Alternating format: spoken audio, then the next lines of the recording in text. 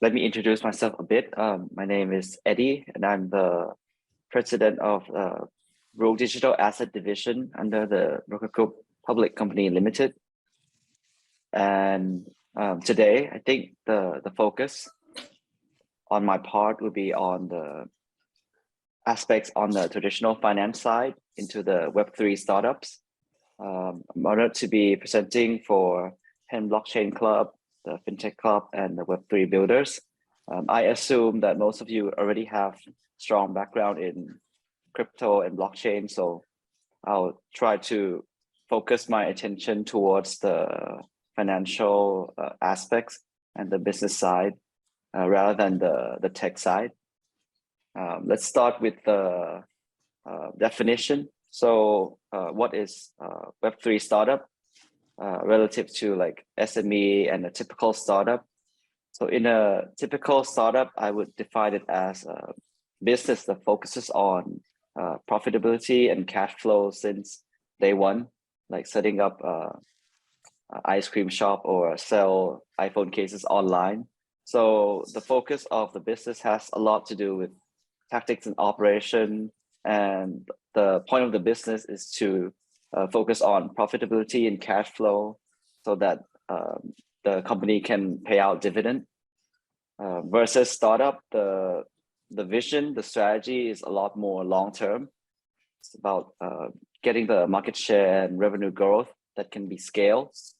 So the focus is more towards creating competitive advantage and the branding side. The difference between typical startup and Web3 startup, I think there's a lot of key differences, and they're all like very new to the whole ecosystem.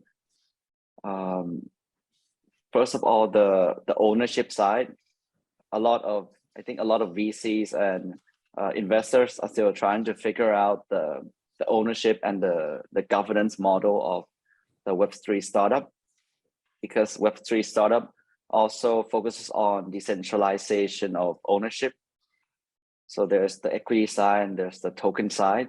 And in the protocol, the revenue that gets generated by the project, there has to be like a balance between the benefit that goes towards the token and the benefit that goes towards equity holders. Another key, I think, main difference is the power to scale the business, which leads to the valuation of the project. For a Web3 startup, the market size is global since the initial, versus a typical startup that needs a lot of fundraise to start with local market, regional market. It will be nearly impossible for a startup to target the global market since day one due to issues with currencies and regulation mainly, and the budget that it takes to promote the project at a global scale. The liquidity timing of ownership is also one of the important differentiator, as in when VC and private equity and investor invest in startups, the investment time horizon is quite long, 3-4 years, maybe 5-6 years to expand the market and to aim for listing or buyout or deals like merger and acquisition. Versus Web3 startup, time horizon is much shorter due to the fact that token sales can be done like at the initial day on a good potential projects. And the payment for like fundraise is also much more convenient, as the cryptocurrency is very unifying the whole world together. Fundraising alternative is also one of the flexibility of Web3 startups. Fundraise can be done in form of equity, token, can be in the form of DAO and NFTs. So it's much more flexible. And it all goes down towards like the network value for the community that Web3 has over a typical startup. The decentralization significantly help reduce the customer acquisition cost, which is probably the main budget for all startups. Let's move on to the next slide. Yeah. So it can be quite overwhelming for Web3 startups. But like any other traditional business, SME and the typical startup, I think the focus of the founder should be on just the business fundamentals. A lot of teams and entrepreneurs might try to focus like 90% of the resource on like the coding side, but in the startup environment that's has like changing trend very rapidly. Like over the past 2 years, we experienced so many like different trends and so many different crypto crises. So the most important thing is for the founders to have strong business fundamentals, and this will allow them to have focus. It's not about just the tech side, the coding side, the innovation side. The core fundamental in financials is also very important. The revenue model in crypto is much different from a typical startup because it comes from so many aspects, and mostly the valuation comes from the network value rather than just the revenue itself. Competitive advantage obviously is one of the key things that all startup needs. But in the Web3 startup, it's a little bit different because most of the interaction is 100% online. So ability to for competitors to copy and steal user is much more easy. Also, that the Web3 startup usually it's like probably will become industry requirement to be transparent, and the code will be open source. So the ability to maintain the competitive advantage in the long run will be much harder to do than a typical startup, which like for food delivery, like the requirement is much more tough. So it's harder for competitors to copy and launch the same business model in a timely manner.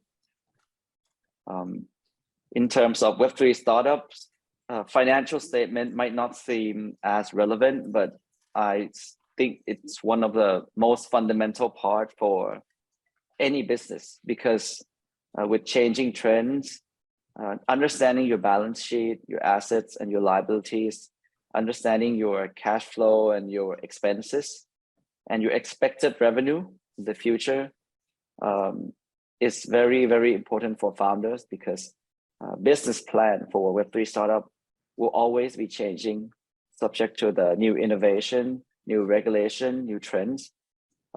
When you grow the business at exponential scale, you might be hiring like a lot more people than you think. You might get better traction than you expect, or there might be new regulation that postpone your launch period, or just crypto event that will change your launch period. All these events forces the project founders to be able to adapt very flexibly, and to be able to do so, you really need to understand the financial health of the company. So just to highlight again that Web3 startup is not just about the innovation side, the tech side.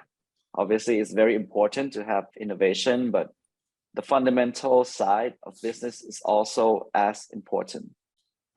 Apart from that, industry analysis, business analysis is just a given.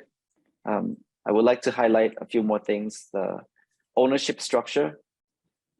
There's equity structure and tokenomics. The tokenomic side is very complex, and it has a lot to do with the equity structure as well. As a protocol will have certain aspect that benefits the equity holders and certain aspect that must benefit the token holders.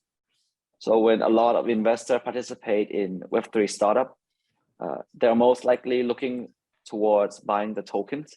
So if the token does not have a clear revenue model or clear value creation or some form of value attached to the token. First of all, it will be hard for the community to promote the token, and it will be very hard for VC to invest because there will be big conflict of interest between the equity side and the tokenomic side. So it all comes down to like finding the right balance between the equity and the token side so that both team can work together in the same direction. Usually on the token side, it will be similar for the equity side in terms of founders like vesting period. So for sustainable project, I would say that the desired vesting period will be like 5 to 7 years or more.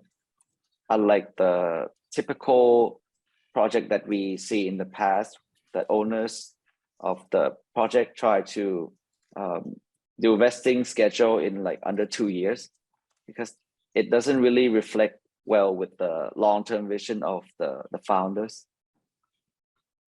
Okay, just want to pause here. Okay. Do you guys all know the difference between like equity raising versus token raising? Why you want to do one over the other? That's good. How do you see that it's different with kind of the latest things in the industry? You know, kind of the collapse of FTX. Do you think that has changed quite a bit, or you know, what's kind of the structure that you see for you know, ownership structures, fundraising, and how does that affect valuations? Because I think that's something that a lot of you know, new projects that are coming out are thinking about more these days. A lot of the time it was, I think, a bit of a bullish run in terms of, you know, going straight into tokenomics. What do you guys think about that? And you know, if you have any questions, please feel free to ask. But I think that's an interesting thing going on right now. Yeah, it's now becoming like a new theme as well for some of the VCs to prefer like the token not to be released to the market too early as well. So the token sometimes behave more and more similar to the equity side. Investors like VCs wanting to wait for the project to find the right market fit and the proper tokenomic structure before a project should release the token. There's obviously both upside and downside to that. The upside is there's more time to find the, you know, the right use case, the right tokenomics plan. The downside is community building. It will be much more tricky to do. Some VC suggested to do like token warrants, meaning like derivative of token that can be converted later. But I mean, in the blockchain world, if there's some form of ownership in the token, whether in warrant or in real token, you can always trade that. So it kind of defeats the purpose of having the warrant itself. And this is still something that the industry still needs to adapt and learn how to manage the equity side and the token side properly. So we'll go to the next slide. All right. If you guys have any questions on any of the terms or curious about what's going on in the industry, just feel free to ask. All right. There's Q&A. So, but... okay. All right. So like other than like the basic fundamental side of the business, I think there's also the aspect that most startup tend to undermine and tend to ignore, but it cannot be done in Web3 startup if you want to grow sustainably. And the accounting side is still lagging behind the innovation side of the crypto space. And in each different country, the accounting treatment can be different. And at the same country, accounting treatment can also be different, depending on the substance of the business and the transaction. For example, at the broker group, we invested in digital asset, and we discussed with regulators and auditors and ended up recording our investment as inventories. So when accounting for digital assets as inventory or trading security, if possible, these things can be marked to market, and the profit and the loss can be recognized in the income statement. But in Thailand, there's special regulation on inventory of digital asset to be treated similarly to intangible asset, which cannot be recognized in the income statement when there's profit, but then impairment will be recognized on the income statement. So these might not seem like important stuff, but for listed company, being unable to realize profit on the income statement is quite a big deal.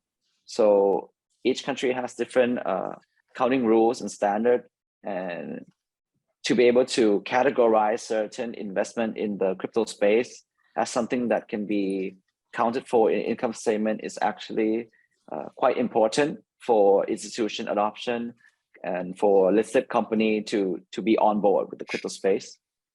And compliance and regulation as well. Each country is different. So when planning the Web3 startup concept, perhaps founders need to have understanding of which location makes sense and which place is regulation and compliance friendly. I have like an example case, like in Thailand, there's like a centralized exchange that operates under regulation, and they promote very strongly that they are under the Thailand SEC, and they acquired like 500,000 users trading under the centralized exchange. And then one day they decided that the regulation and compliance in Thailand doesn't support them well enough. So they asked users to move their funds out to their like international branch in Singapore. And so people move, a lot of people couldn't tell the difference between the compliance in Thailand and in Singapore. And they moved the money out, and this centralized exchange pretty much utilizes all the tokens to earn yield, which they cannot do when they were in Thailand. And then the Luna situation hits, and all the customers' deposit in Thailand were kind of wiped out, and that creates so much problem. And it all comes down to like different compliance and regulatory laws in Thailand and outside Thailand. So this is also one of the very sensitive area that Web3 startup projects should look into always. And tax, obviously, all the startup projects should find the best corporate structure to be tax efficient. And you probably need help from outside, an expert, to help plan the tax structure and the corporate structure. Yeah. Do you think Thailand has a good policy environment for crypto-related companies, startups? Not at the moment, but we are changing our stance pretty fast. We're supposed to have CBDC launched by the end of this year. So the Thai digital baht, if it gets implemented, I think mass adoption will be much easier to achieve. Awareness will increase by so much. And as of now, I think there are a lot of new projects forming at the moment. The SEC now allows a lot of companies to have a license to operate, whether in terms of like fund management, in terms of brokerage service, exchange service, but there's still also a lot of limitation to things that can be done. Like crypto payment is still not supported by the Bank of Thailand, which I think the view will change quite dramatically after they learn how to work with the CBDC digital tokens, which probably should be in the next year. And compared to many other countries in the area, I think Thailand has a lot of potential to be more open with the crypto space. I think we're like one of the top 10 players in the DeFi space back in the DeFi trend. So there's a lot of potential for market in Thailand.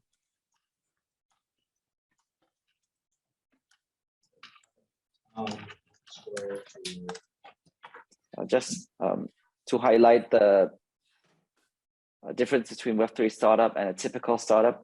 Again, like in a normal startup, when they raise fund, they have like a business plan and projection that doesn't change as much compared to Web3 startups, because there are no other industry in the world that has like 10 different themes, 10 different trends, and like several crises in just 2 years period with so much volatility. And all these factors affect the business direction of a Web3 startup. For a typical startup, like for example, food delivery or e-commerce company, the expense requirement to set up like the whole system, the compliance and regulation at each different country is very different and very capital intensive. The cost to acquire customer is very high. So with like high barrier to entry, complex regulation requirement, and the budget it takes, the time it takes to form like logistic fleets to do food delivery, all these factors allows like a typical startup to be able to stick to the existing plan like much more easily than a Web3 startup, which easily gets disrupted by changing trend, changing innovation, changing regulation, volatility of the market. There are so many factors in play for Web3 startup. So the founders really need to have a lot of flexibility, really need to stay up to date with the industry trend and new innovation. And this really separates successful Web3 startup from unsuccessful Web3 startup. Like a business plan will always be changing. The budget will also be changing. The future direction of how to use the token will also be changing like on like a monthly basis, which is a very new thing for the startup space. We'll move quickly through. Yeah, just wanted to highlight a little bit more. Like, so in every economic market, financial market is one of the first thing that needs to be established. So back in 2017, DeFi is not set in place yet. So a lot of projects that happened during that bull cycle are mostly focused on cryptocurrency and like how to use a smart contract.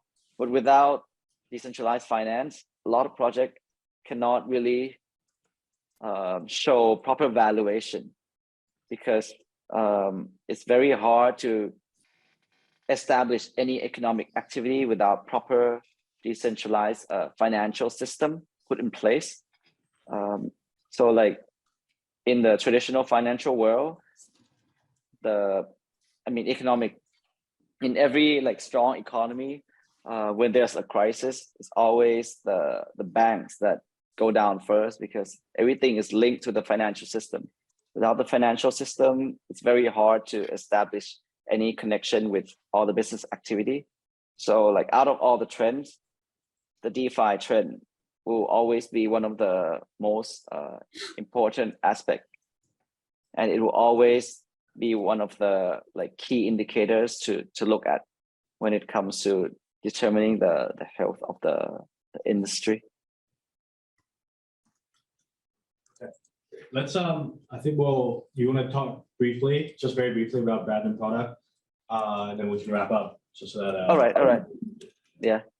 So for Web3 startups, definitely brand is much more important than the product side. The product side is also very important, but being able to establish a strong brand with high credibility and high ethical standpoint is much more important, given that the industry is facing a lot of bad actors in play. So yeah, I think it's pretty clear. We can move on to the last slide. Most important things. Yeah, so like most important things for Web3 startup. So same message again, like most important resource, the founders, the team, the advisors, the mentors, and like the synergy with business partner and the community. It's probably the most important thing to focus on. Like the tech side will always be changing due to new regulation, due to new innovation that's very fast paced. So my recommendation for like Web3 startup would be to focus on like having the right leadership with the right focus and having strong fundamental in business so that when things change, the founders know exactly how to react to keep the same business concept and strategy and yet be able to adapt to the new trend or adapt to the new crypto crisis event to be more secure, more safe, and yet still achieving the same goal, the same or similar revenue style and model that were planned at the initial stage to get to the valuation that can increase and scale up. And I think, yeah, on my side, it's pretty much the overall like aspect at the high level that I like to focus on. It's not just the tech side and the coding side, but the business side for Web3 startup and the community management side, ability to make hundreds of decisions throughout all the updates in the industry cycle is also as important, if not more important than the innovation side itself. And I think Binance Lab team will be more happy to share with you the important aspect that startup project should have for showing high growth potential and high qualities. So, all right, let's pass this on to Tyler. Yeah, so I was Eddie from Brooker. We will hear from MEP as well, which is a company that got funding from Binance Labs. We'll talk a little bit about how that's all important as resources. Move to Binance Labs first. We have Tyler, who shares my same name, from Binance Labs to talk about their process. Again, they do a lot of funding, as I'm sure you guys know. If you're thinking about starting something, Tyler's a good guy to talk to. He'll help you out and give you a lot of resources. So I will let Tyler, you're on for. Cool. Thank you, Tyler, for this amazing event. Thank you, Brooker, for hosting. I appreciate everyone's time here. My name is Tyler as well. So a bit more about me. So I'm with Binance Labs team, currently covering sort of investments on both early stage incubations and ventures, and occasionally OTC secondary deals. So my background, a bit more about myself. Well, I was born and raised in China, sort of went to school here in US West, and then directly went into a career in finance back then.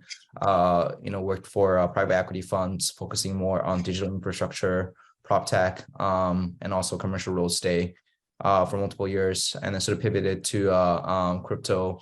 When I was playing a lot of DeFi and also doing a lot of research on metaverse.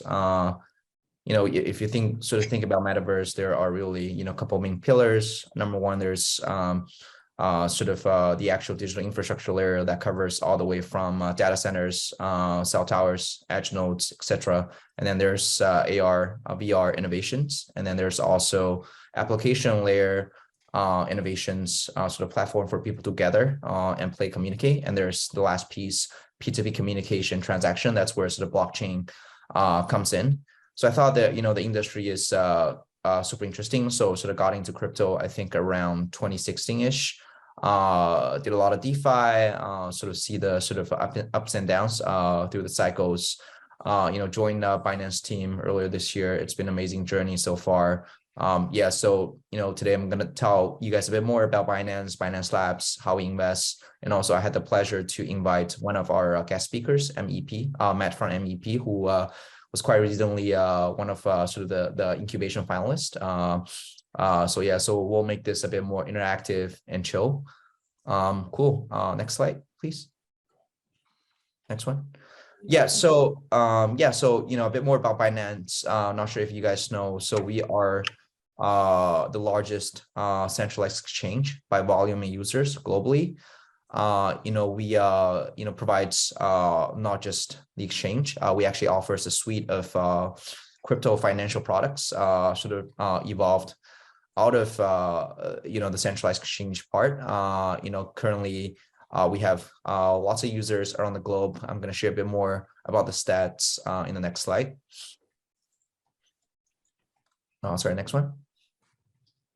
Yeah, so, you know, as of today, we have about 10 million plus, you know, community members across the globe. On the P2P users, 1 million plus on a weekly basis.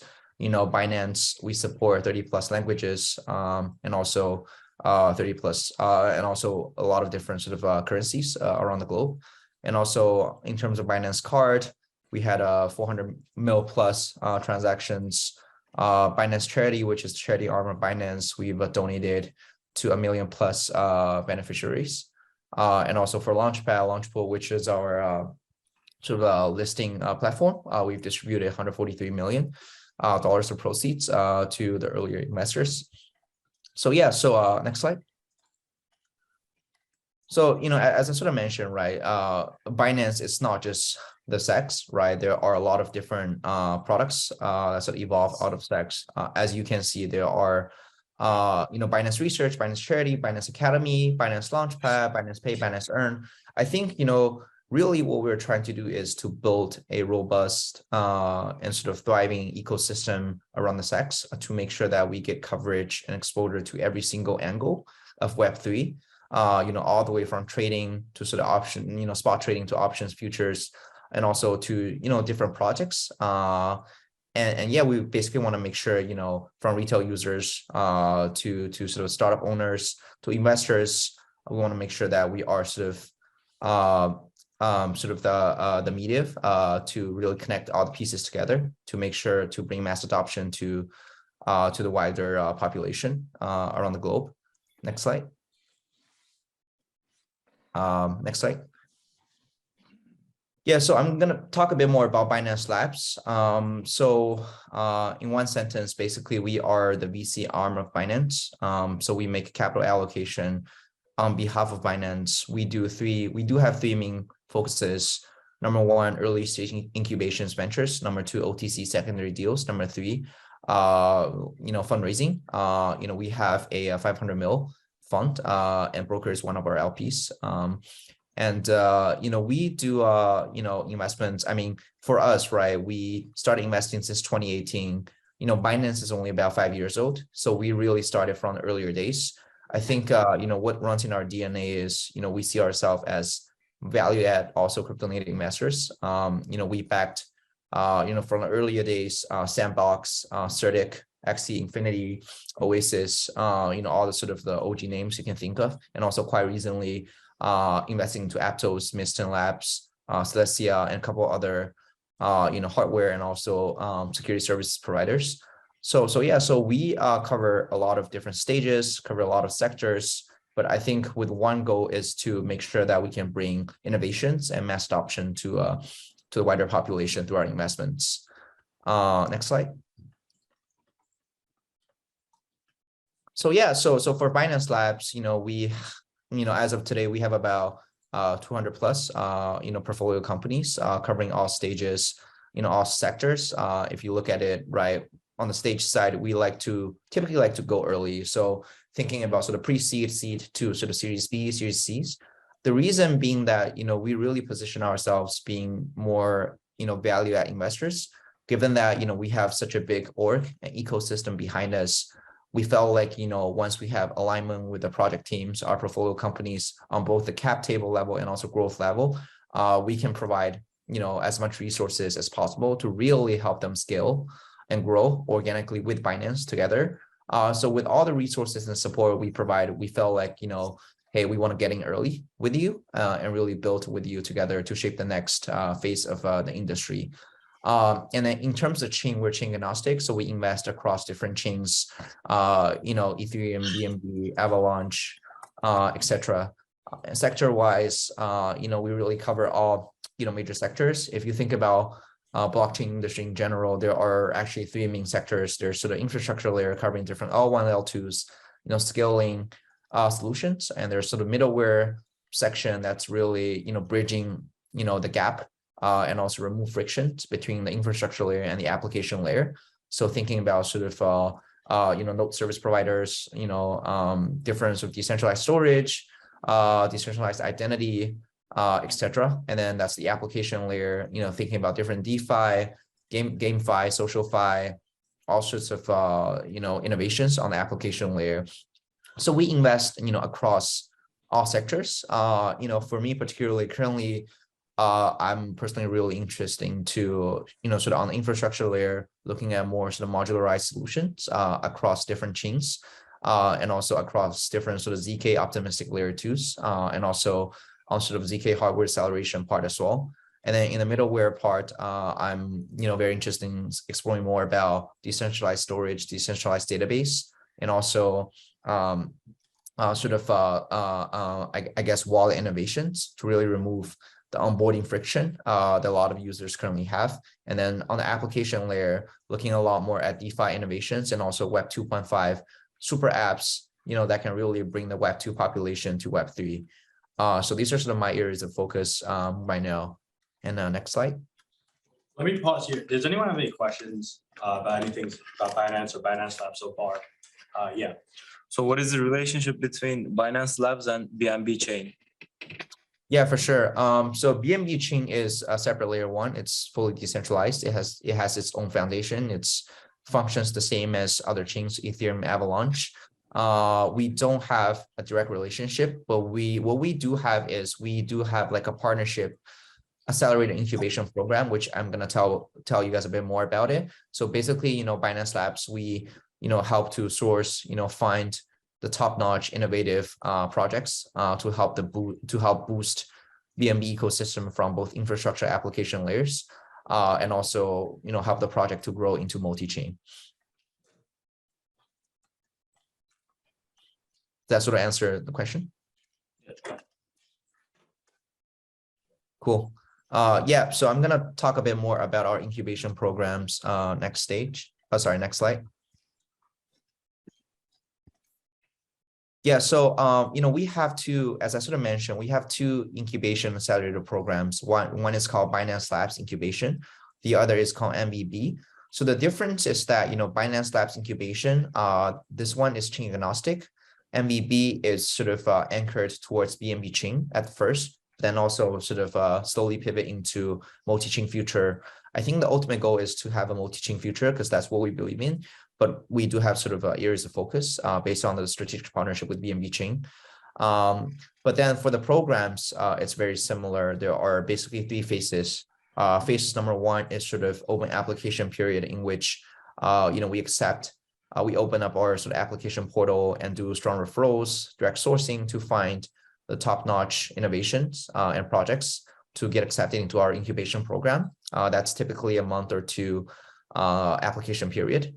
And then after that, for the ones that got selected into our incubation programs, it's typically 8 weeks of incubation programs. And what that entails is, each week we typically will have one or at least one, masterclass or curriculum that covers a variety of topics, all the way from, product market fit, entrepreneurship, fundraising, tokenomics, marketing, security, compliance, legal, etc. In which, for each of the curriculum master classes, we'll invite industry veterans to speak about their experiences, their visions, and also their current sort of thoughts about the industry. So really, it's an opportunity for the project teams to learn more, about the experiences from these veterans, and also to see how they can best build their companies. Next slide. And yeah, so as I was sort of mentioning, after sort of the 8 weeks of curriculums, Binance Labs, throughout the 8 weeks, we'll be sort of observing and also selecting the best quality projects for investments based on their performance, their progress, and also their vision and goal. So after the 8-week curriculum, we'll typically have a demo day in which we'll invite our LP investor partners for the projects, for the selected projects to showcase their product and their teams. I think last season we had about 300 plus investors joining us. We had about 11 teams presenting, so it was quite a good demo day. And then after demo day, we'll select the projects to invest, and then afterwards we'll provide tons of integrations, post-investment supports to really allocate resources from both Binance and also BNB chain to help the project grow in the areas that they need. And next slide. Yeah, so these are just some of the topics that I sort of mentioned, some security, marketing, tokenomics, etc. And next page.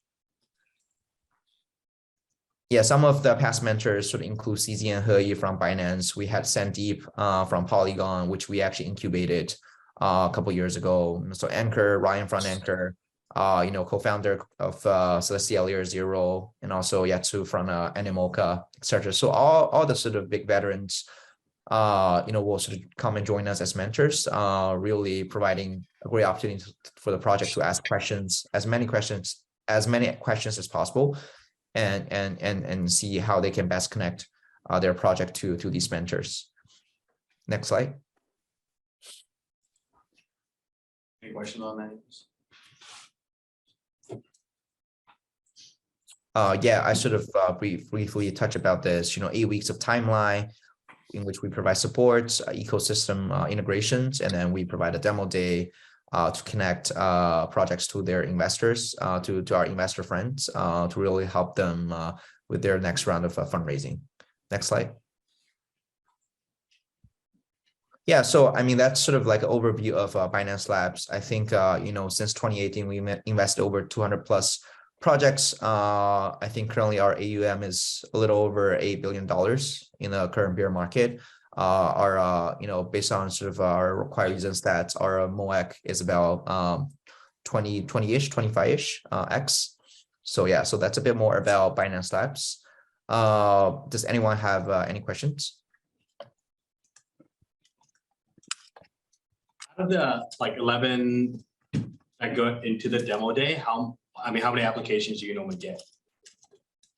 Yeah, so out of the 11 that got into our incubation, we received over 700 plus applications, and we selected 25 for incubation, and then 11 out of the 25 got invited into demo day, and then we invested into 7 of the 11. So it's like a little less than 1%.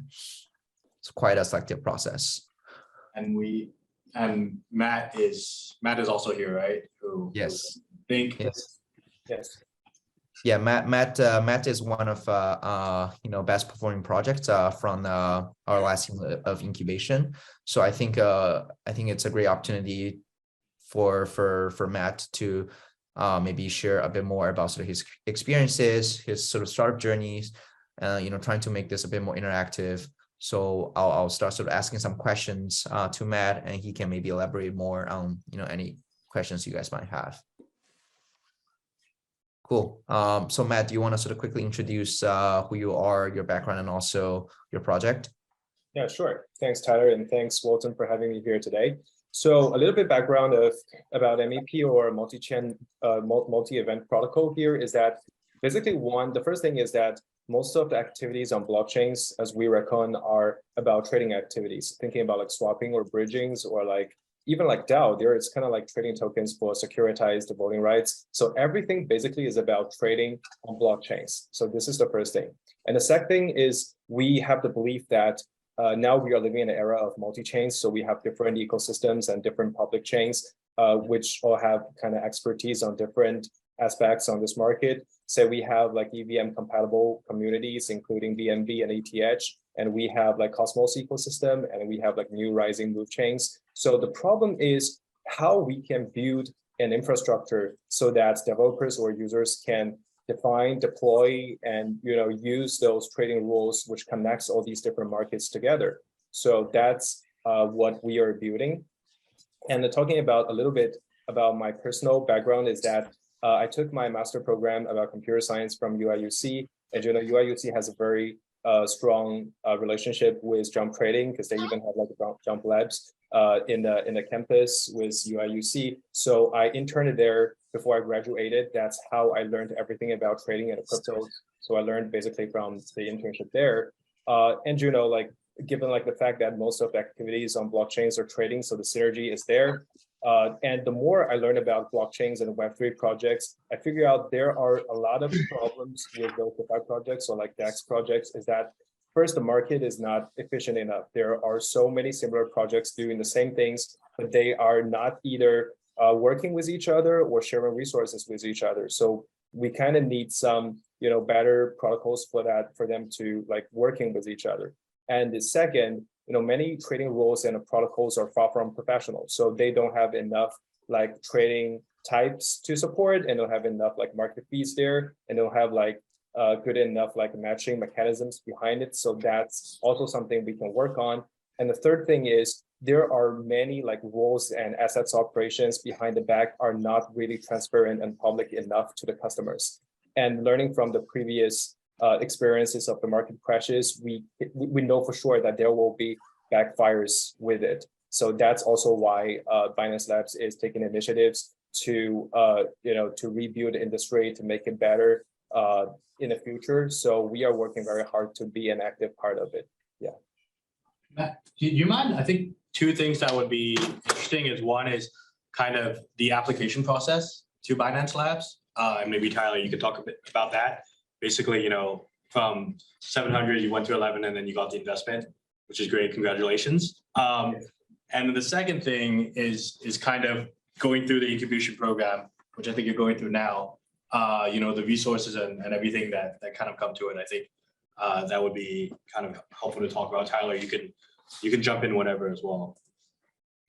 Sure. So talking about the application, it's like very straightforward. So there is, it's like everything is public. So Binance Labs started this application process, and it's like an open process. Everybody can apply to it, and we just fill out the forms.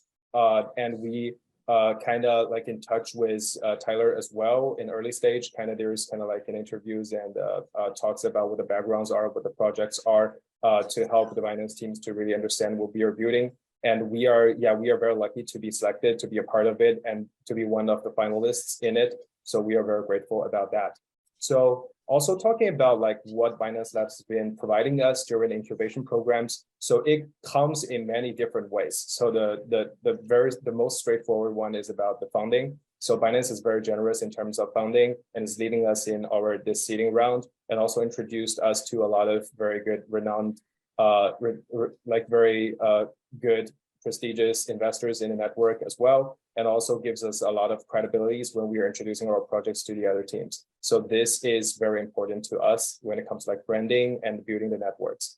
And the second thing is we participated in the MVP program, and this is a very good platform for us to know a lot of good competitive peers as well. So we have been like building the partnerships with the other finalists of the MVP program as well. We are working with Over Reality on the ZK rollup, and we are working with Velvet Finance about multi-chain DeFi, and we are working the other games called MetaApes about in-game like GameFi projects, protocols as well. So it's not just about like peers in our program, but also the other successful projects in the BNB and the Binance ecosystem in general. So these are even more important for us than cash itself. It's about like really building a strong business and building the alliances and partnerships with the other good projects. I think the third, like Tyler mentioned before as well, it's about the curriculum and the master classes. So, building a startup is far more complicated just to be hired to do a specific job, say like a software engineer. I previously has the background of being a computer science student and a software engineer. So I do know a lot about, building the software and even something about security as well. But there are certain topics that I don't have a much expertise in, for instance, like the marketing, like about the tokenomics, like about, the brand building and including the campaigns, and also like the company operations in general. So these master classes and curriculums gives me a very good knowledge base to start with about like all the aspects I need to pay attention to and what are the opinions from those veterans in this industry. I think the last point, which is also very important, is to getting the advisories and also the professionals' opinions about our project and our view. So it is very common that when you first start as a new founder or you're starting your first business, is that you can be off about a lot of things. So you probably don't get it very right about the taste of the market and what are the latest trends in the market and what's the best go-to-market strategies, what are the best projects you should be start working with. You can be wrong about many things, especially when you just started. So the best way, I think, in my opinion, to do it is to keep asking questions to those professionals and to keep getting feedbacks and comments about your ideas and about your strategies, about what you think. And Binance Labs has been being very helpful in providing advisories, including Tyler himself as well. So I keep like asking him like, how do you like this? How do you like that? And everyone from Binance Labs has been very friendly and very professional when providing views and providing comments and to help us. So our product design has kind of polished quite a lot during the entire incubation program. So we have like better product design now, and we have better go-to-market strategy now, and we have like a better partnerships with all the other teams as well. So we are very grateful. Appreciate that, Matt. Just to add on a bit more, right? So for labs, when we sort of think about investing, there are a couple criteria we're looking for in the projects and the founders. I think number one being really innovative products, sort of backed by strong tech stack developers. Number two is sort of a pretty scalable total addressable market that's sort of heading towards the right direction within the industry. So number three, dedicated team with a pretty relevant background and long-term vision and resiliency. Number four, obviously very sustainable business revenue models to eventually achieve product market fit from an earlier stage. I think number five, I think Broker Group also talk a bit more about tokenomics. Want to make sure there's really like a robust tokenomics to add value accrual and incentives to all the ecosystem participants. But I think for sort of MEP Matt specifically, obviously he meets sort of all of the above criteria, but I think what's more important is that sort of throughout the 8 to 10 weeks, based on sort of our observation, Mac was able to make really quick decisions on what's the right direction to go, and also being able to sort of execute quickly and also stay pretty persistent and also resilient just by the existing market condition. So I think we really value founders with strong spirit and vision. Thanks, Tyler. Yeah. And I think thanks for kind of sharing a bit about that. Do you guys have any questions you want to ask? Hear more about? I know there was a lot of interest from the investing side. You can maybe touch upon that in terms of like from Tyler, from your perspective. You see so many different projects. You kind of talked about the criteria. Luckily, Matt is here, who you did invest in. What are kind of the key things from your end that you think about in terms of maybe also on like the structuring side? What makes a good investment, both the project, but also from the angle in terms of potentially how labs will make money out of this, right? In terms of providing all resources obviously to the project, but then kind of helping them grow in the industry and maybe later on the road getting other investors on board, increasing valuation. So from that angle, right, maybe that can be a bit interesting.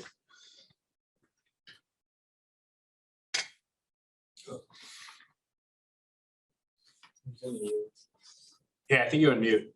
Oh, sorry guys.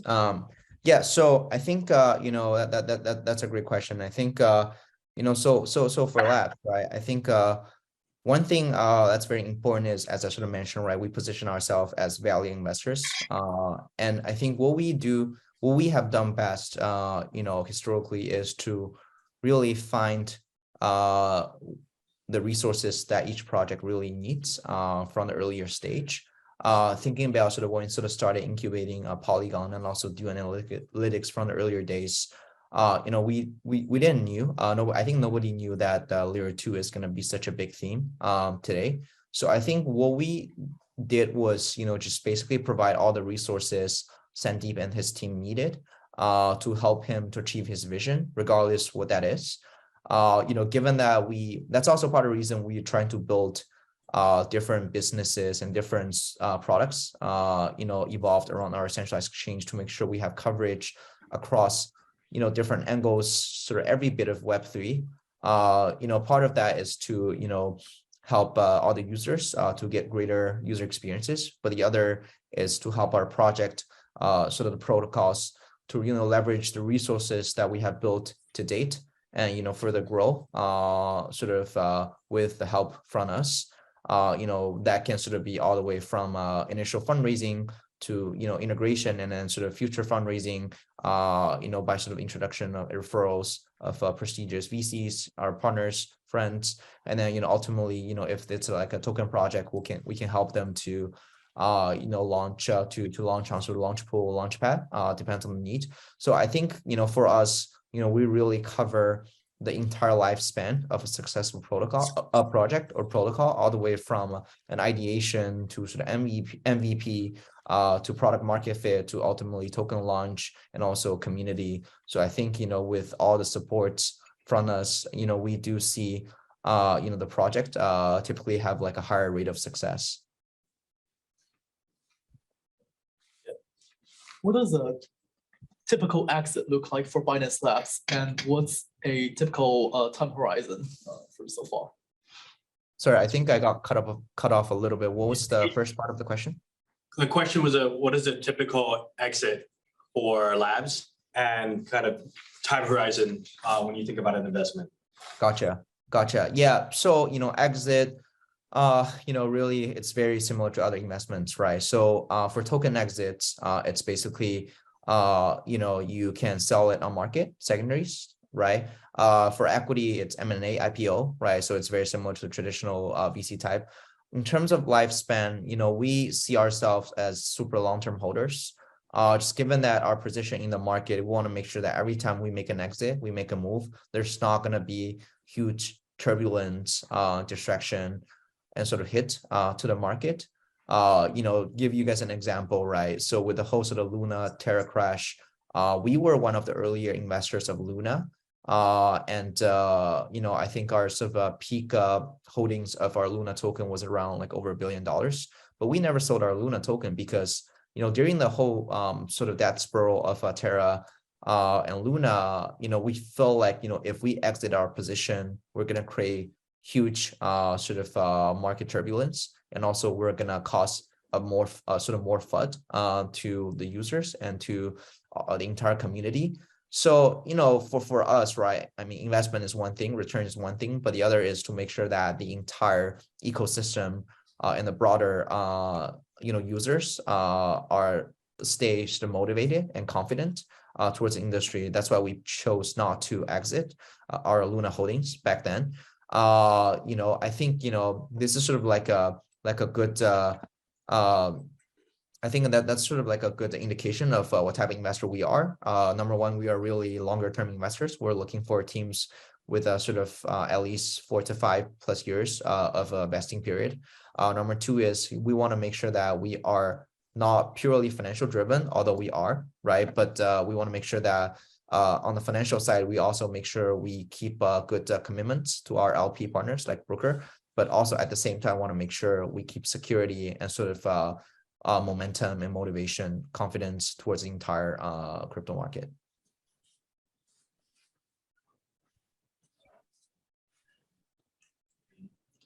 Any other questions from your end? Yeah, maybe one last question. Kind of breaking into investing or specifically Web3 blockchain. What kind of recommendations do you have in terms of positioning yourself or maybe a career in specifically investing for blockchain or Web3? Is it a good time now, or how do you position yourself? What would you say? Yeah, for sure. So let me just sort of provide my 2 cents on the investment side, and also I'll let Matt chime in to maybe provide a bit more recommendations from like a startup entrepreneurship side. So for me, I think from an investment perspective, what's exciting and also challenging about blockchain industry is 24/7, right? The market is always on. So there are a lot of momentum at the same time, a lot of sort of updates and a lot of progress every day, every hour, every minute. So I want to I think one thing, if you guys are thinking about doing, crypto investments, is always stay on top of it. And what's really good about, blockchain is everything is open sourced, transparent, on chain, right? So you'll get access to different database, to different research papers, to different, articles. I think, really spend the time to, grind down a specific sector that you really like, and learn sort of the in and out, all the way from sort of underlying technology, architecture, to the tokenomics, to the ecosystem, etc., can really help you to onboard to Web3 and crypto in general. That's sort of number one advice. Number two is, I know Web3 might be a little bit different from Web2 investing, just given that there's like a token layer, and also sort of community decentralized layer. But at the end of the day, for a successful project and business, it has to have great product market fit. It has to be revenue generating. It has to have a robust business model. So I think always remember the fundamentals. Always remember, at the end of the day, it's investment towards like a real company that's contributing and has value to the world and to the global population. It's not sort of the Ponzi type investments. I think that's sort of my 2 cents from the investment side. I'll have Matt chime in for maybe developers and also founders who are looking to step into Web3. Yeah, sure. I think it's still like a very good time to start joining this industry and starting building very good projects in this industry. So the reason is, so though you can see there are a lot of like fast growing and it's like there has been a lot of progresses and very good, brilliant new ideas in this industry so far, but still you can see there are a lot of inefficiencies like in this market also, and there are a lot of like blank spaces in this industry as well. So a lot of things can be done better, and there are a lot of like missing pieces is not there yet. So all kinds of stuffs are kind of opportunities for developers and entrepreneurs as well. So thinking about a couple like opportunities, in my opinion, is like one of them is like making the tradings more efficient and more safe and more public and accessible, transparent to all the customers and users. This is something we are working on to building the real better infra for the users and developers. This is definitely something I believe will have a very good market in the future. And also there are a lot of good projects in like an instance about the better encryption methods to make the blockchains and the transactions more secure and safe. So there are a lot of good teams and developers working on that end as well. So this is a very good time to build, because still like in a bearish market. And, it's the time for people to calm down and really focus on the good projects and the good technologies to really build the good products, good for the industry and good for the future. So, and also, I think there is still a huge market that developers can build in terms of really using the tokens and really using the digital assets like NFTs or like those GameFi items, put them into real use. It's not just about like the trading values of these assets, but also the real use values in the digital world. And we can still have the space to have a lot of like good projects and good scenarios for using these assets in the Web3 industry in general. So I think the opportunity is still huge, but we just need to take the initiatives and really think about what's good for the customers and what's good for the industry and what are the right directions in the future. And just have a strong will to keep working on it. Yeah. Great. Well, I think that's good. Good place to end on. It's very optimistic, even though we're kind of in a bear market. But no, obviously, I think it'll be a long-term thing. People will both now for the future. So we had Broker Group on, Binance Labs, and Matt from MEP. If you want to reach out to any of them, feel free to message, I guess your club leader who will message me. Or you can find me on campus. I'm around as well. But other than that, you know, if you're building anything, Binance Labs obviously a good person to talk to for investment. Matt will be good for actually, you know, doing the journey. And Brook is very good for, you know, advisory.